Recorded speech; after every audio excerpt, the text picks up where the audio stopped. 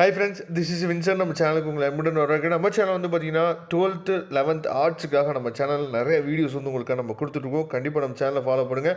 மறக்காமல் நம்ம சேனலோட வாட்ஸ்அப் குரூப்பில் ஜாயின் பண்ணுங்கள். இன்னமும் நம்ம சேனலை சப்ஸ்கிரைப் பண்ணாமல் பார்த்துருந்தீங்க அப்படின்னா கண்டிப்பாக சப்ஸ்கிரைப் பண்ணுங்கள். நம்ம சேனல் வந்து உங்களுக்கு ரொம்ப ரொம்ப ஹெல்ப்ஃபுல்லாக இருக்கும். ஓகே ஃப்ரெண்ட்ஸ், ரொம்ப ஒரு முக்கியமான வீடியோக்குள்ள வந்திருக்கிறோம். என்னன்னு சொல்லி பார்த்தீங்க அப்படின்னா, அதாவது 12th அக்கௌண்டன்சியில் நமக்கு அந்த கம்பல்சரி கொஸ்டினை ப்ளஸ் வந்து பார்த்தீங்கன்னா தியரி கொஸ்டின்ஸ் கேட்கும் போது நமக்கு என்ன பண்ணாங்கன்னா கிரியேட்டிவ் கொஸ்டின்ஸ் வந்து கேட்குறாங்க. சரியா?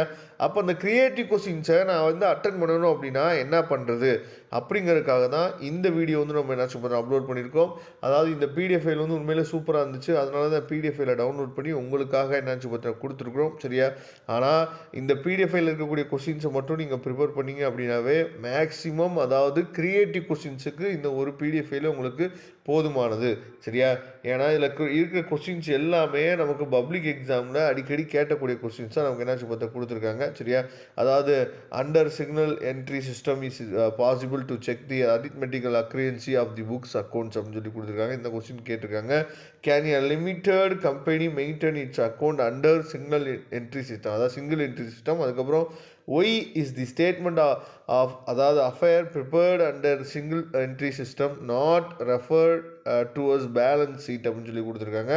அதை தெளிவாக பாருங்கள். அதுக்கப்புறம் what are the possible reasons for keeping incomplete records. அதுக்கப்புறம் what are the features of not for profit, அதாவது ஆர்கனைசேஷன் சொல்லி கொடுத்துருக்காங்க.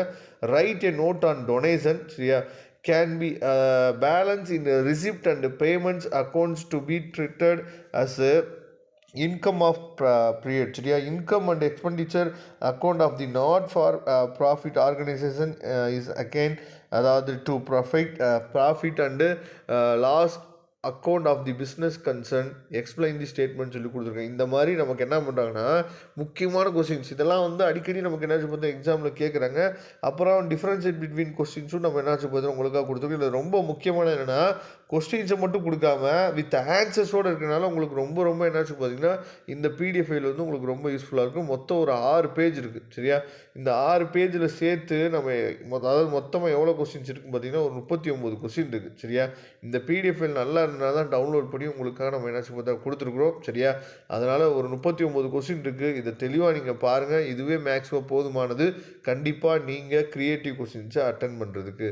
Okay friends, thank you. நம்ம நெக்ஸ்ட் வீடியோ பார்க்கலாம். அதுவரை உங்களுக்கு விடைபெறுவது உங்கள் நண்பன் வின்சென்ட். தேங்க்யூ.